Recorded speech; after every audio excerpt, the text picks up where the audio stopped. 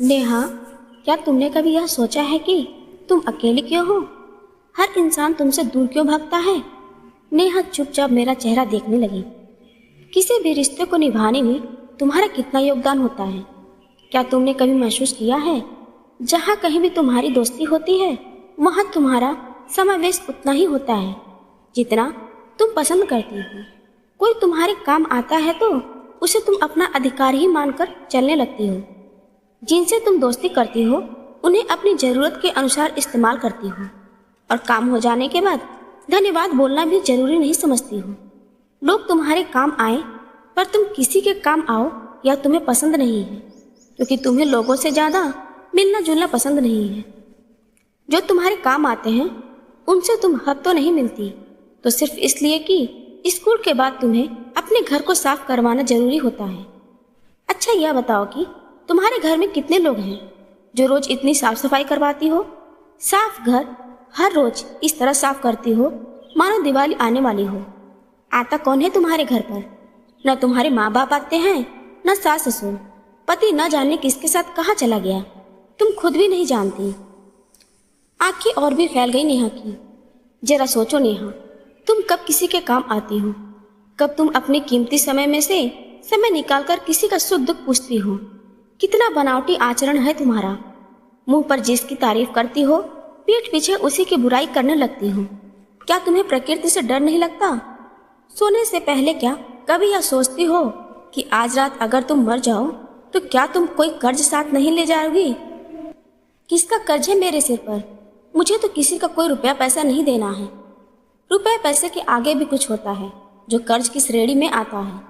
रुपए पैसे के एहसान को तो इंसान पैसे से चुका सकता है, मगर उन लोगों का बदला कैसे चुकाया जा सकता है जहाँ लगाओ हमदर्दी और अपनात्व का कर्ज हो। जिसने मुसीबत में तुम्हें सहारा दिया उसका कभी हालचाल भी नहीं पूछती हो तुम। किसकी बात कर रहे हो तुम? इसका मतलब तुम पर किसके एहसान का कर्ज है यह भी तुम्हें याद नहीं। मैं नेहा का मित्र हूँ और हमारी मित्रता का कोई भी भविष्य मुझे अब नजर नहीं आ रहा। मित्रता तो एक तरह का निवेश है। प्यार दो तो प्यार मिलेगा। आज तुम किसी के काम आओ तो कल कोई तुम्हारे काम आएगा।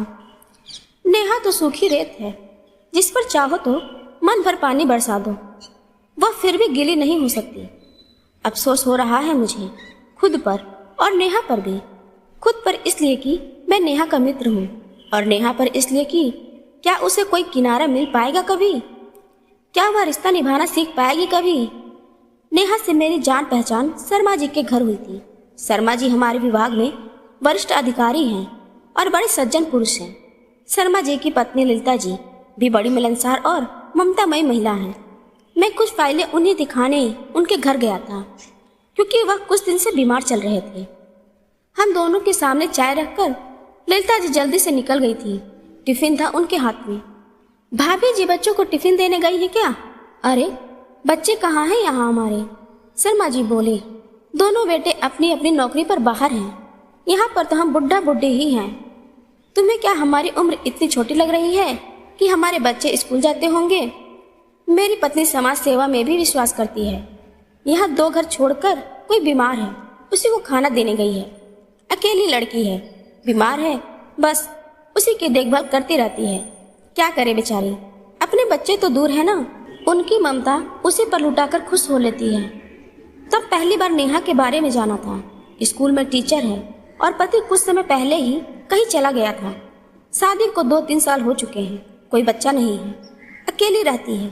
इसलिए ललिता जी उससे दोस्ती करके उसकी मदद करती रहती है और समय का सदुपयोग भी।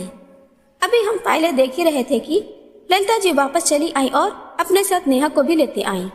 बहुत तेज बुखार है इसे, मैं साथ ही ले आई हूँ। बार बार उधर भी तो नहीं जाया जाता। ललिता जी नेहा को दूसरे कमरे में सुला आई थी और अब शर्मा जी को समझा रही थी। देखिए ना, अकेली बच्ची वहाँ पड़ी रहती तो कौन देखता इसे? बेचारी के माँ बाप भी दूर है ना। दूर कहाँ है, हम है ना उसके माँ बाप। हर शहर में हमारी कम से कम एक औलाद तो है ही, ऐसी जिसे तुमने गोद ले रखा है। इस शहर में नहीं थी तो वह कमी भी दूर हो गई। नाराज क्यों हो रहे हैं? जैसे ही बुखार उतर जाएगा वह चली जाएगी। आप अभी तो बीमार है ना, आपका खाना पीना भी देखना है। दो दो जगह मैं कैसे देखूंगी? मैंने भी उसी पल उन्हें ध्यान से देखा था। बहुत ममतामयी लगी थी वह मुझे, बहुत प्यारी भी थी। लगभग 4 घंटे उस दिन मैं शर्मा जी के घर पर रहा था और उन 4 घंटों में शर्मा दंपति का चरित्र पूरी तरह मेरे सामने चला आया था। बहुत प्यारी सी जोड़ी है उनकी। ललिता जी तो ऐसी ममतामयी कि मानो पल भर में किसी की भी मदद करने को तैयार। शर्मा जी पत्नी की इस आदत पर ज्यादातर खुशी रहते। मेरे साथ भी माँ जैसा नाता बांध लिया था ललिता जी ने। सचमुच कुछ लोग इतने सीधे सरल होते हैं कि बरबस प्यार आने लगता है उन पर। देखो बेटा, मनुष्य को सदा इस भावना के साथ जीना चाहिए कि मेरा नाम कहीं लेने वालों की श्रेणी में तो नहीं आ रहा है। माँ जी, मैं समझा नहीं। मतलब यह है कि मुझे किसी का कुछ देना तो नहीं है ना? कोई ऐसा तो नहीं जिसका कर्ज मेरे सिर पर है? रात को जब बिस्तर पर लेटो तब यह जरूर याद कर लिया करो, किसी से कुछ लेने की आस कभी मत करो। जब भी हाथ उठे देने के लिए उठे। मंत्र मुग्ध सा देखता रहता मैं ललिता जी को। जब भी उनसे मिलता था कुछ नया ही सीखता था और उससे भी ज्यादा मैं यह सीखने लगा था कि नेहा के करीब कैसे पहुंचा जाए। नेहा अपना कोई न कोई काम लिए ललिता जी के पास आ जाती और मैं उसके लिए कुछ सोचने लगता। बहुत अच्छी लड़की है, पढ़ी लिखी है। मेरा जी चाहता है उसका घर पुनः बस जाए। माँ जी, उसका पति वापस आ गया तो? ऐसी कोई तलाक जैसी प्रक्रिया तो नहीं गुजरी ना दोनों में? पुनः शादी के बारे में कैसे सोचा जा सकता है? शर्मा जी के घर से शुरू हुई हमारी जान पहचान उनके घर के बाहर भी जारी रही और धीरे धीरे हम अच्छे दोस्त बन गए। ललिता जी से मिलना कम हो गया और हर शाम मैं और नेहा साथ साथ रहने लगे। मार्च का महीना था, जिस वजह से आयकर रिटर्न का काम भी नेहा ने मुझे सौंप दिया।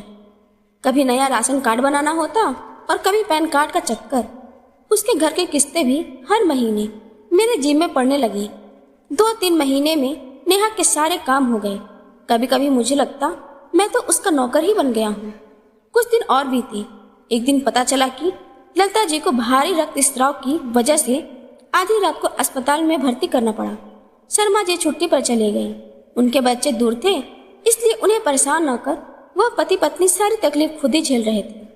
मेरा परिवार भी दूर था तो कार्यालय के बाद मैं भी अस्पताल चला आता था उनके पास। नेहा अस्पताल में नहीं दिखी तो सोचा हो सकता है वह ललिता जी का घर संभाल रही हो। ललिता जी का ऑपरेशन हो गया। मैं छुट्टी लेकर उनके आसपास ही रहा। नेहा कहीं नजर नहीं आई। एक दिन शर्मा जी से पूछा तो वह हंस पड़े और बताने लगे, जब से तुम उसके काम कर रहे हो तब से वह मुझसे या ललिता से मिली कब? हमें तो अपनी सूरत भी दिखाए उसे महीना बीत गया है। बड़ी रूखी सी है वह लड़की। मुझ में काटो तो खून नहीं। क्या सचमुच नेहा अब इन दोनों से मिलती जुलती नहीं? हैरानी के साथ साथ अफसोस भी होने लगा था मुझे। ललिता जी अभी बेहोशी में थी और शर्मा जी उनका हाथ पकड़े बैठे थे। ललिता का तो स्वभाव ही है, कोई एक कदम इसकी तरफ बढ़ाए तो यह 10 कदम आगे बढ़कर उसका साथ देती है। हम नए नए इस शहर में आए थे। यह लड़की एक शाम फोन करने आई थी। उसका फोन काम नहीं कर रहा था। गलती तो ललिता की ही थी। किसी की भी तरफ बहुत जल्दी झुक जाती है। स्तब्ध था मैं। अगर मुझसे भी नहीं मिलती तो किससे मिलती है आजकल? 4 दिन और बीत गए। मैं ऑफिस के बाद हर शाम अस्पताल चला जाता। मुझे देखते ही ललिता जी का चेहरा खिल जाता। एक बार तो ठिठोली भी की उन्होंने। बेचारा बच्चा फंस गया हम बूढ़ों के चक्कर में। आप मेरी माँ जैसी हैं।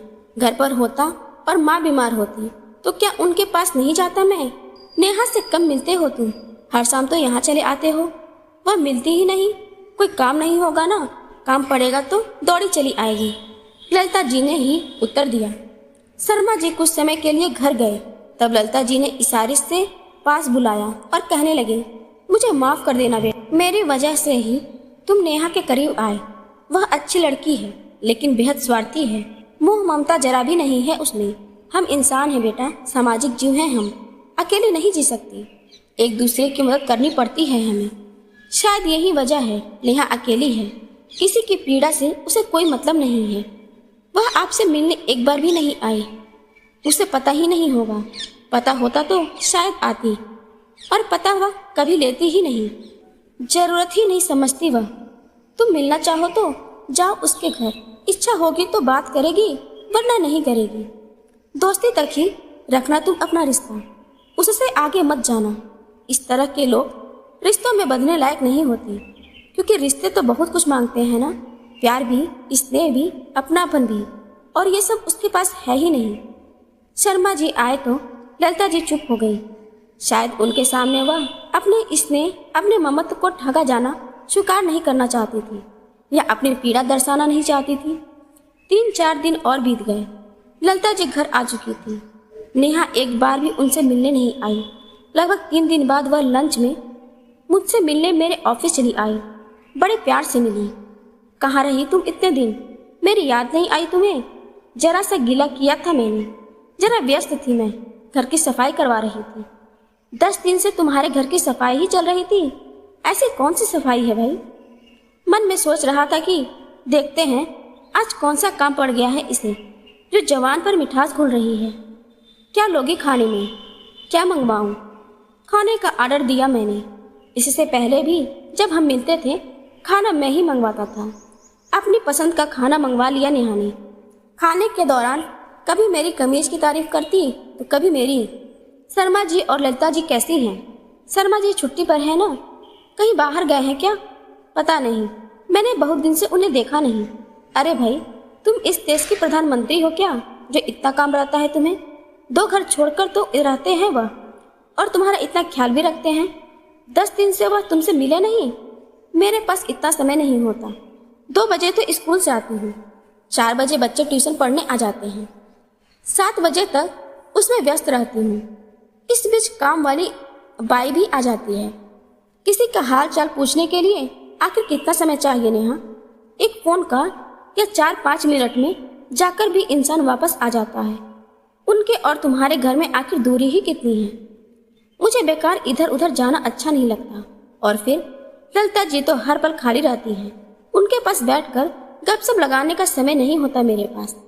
नेहा बड़ी तल्खी से जवाब दे रही थी। खाना समाप्त हुआ और वह अपने मुद्दे पर आ गई। अपने पर्स से राशन कार्ड और पैन कार्ड निकाल उसने मेरे सामने रख दिए। यह देखो, इन दोनों में मेरी जन्मतिथि सही नहीं लिखी है। 7 की जगह पर 1 लिख गई है। जरा इसे ठीक करवा दो। हंस पड़ा मैं। इतनी हंसी आई मुझे कि स्वयं पर काबू पाना ही मुश्किल सा हो गया। किसी तरह संभाला मैं। तुमने क्या सोचा था कि तुम्हारा काम हो गया और अब कभी किसी की जरूरत नहीं पड़ेगी? मत भूलो नेहा कि जब तक इंसान जिंदा है उसे किसी न किसी की जरूरत पड़ती है। जिंदा ही क्यों, उसे तो मरने के बाद भी 4 आदमी चाहिए जो उठाकर शमशान तक ले जाए। राशन कार्ड और पैन कार्ड जब तक नहीं बना था तुम्हारा मुझसे मिलना चलता रहा। 10 दिन से तुम मिली नहीं क्योंकि तुम्हें मेरी जरूरत नहीं थी। आज तुम्हें पता चला इसमें तुम्हारी जन्मतिथि सही नहीं तो मेरी याद आ गई। फॉर्म तुमने भरा था ना, जन्मतिथि तुमने भरी थी, उसमें मैं क्या कर सकता हूँ? यह क्या कह रहे हो तुम? अवाक तो रहना ही था नेहा को। अंधे को अंधा कैसे कहूँ? उसे बुरा लग सकता है ना। क्या मतलब? मतलब साफ है। उसी शाम ललिता जी से मिलने गया। उन्हें हल्का बुखार था। शर्मा जी भी थके थके से लग रहे थे। वह बाजार जाने वाले थे, दवाइयाँ और फल लाने।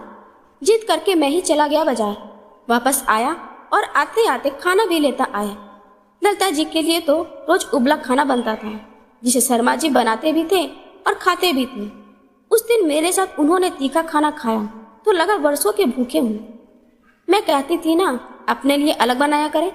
उबला खाना खाया तो जाता नहीं, उस पर भूखे रहकर कमजोर भी हो गए हैं। ललिता जी ने पहली बार भेद खोला। दूसरे दिन से मैं रोज ही अपना और शर्मा जी का खाना पैक कराकर ले जाने लगा था।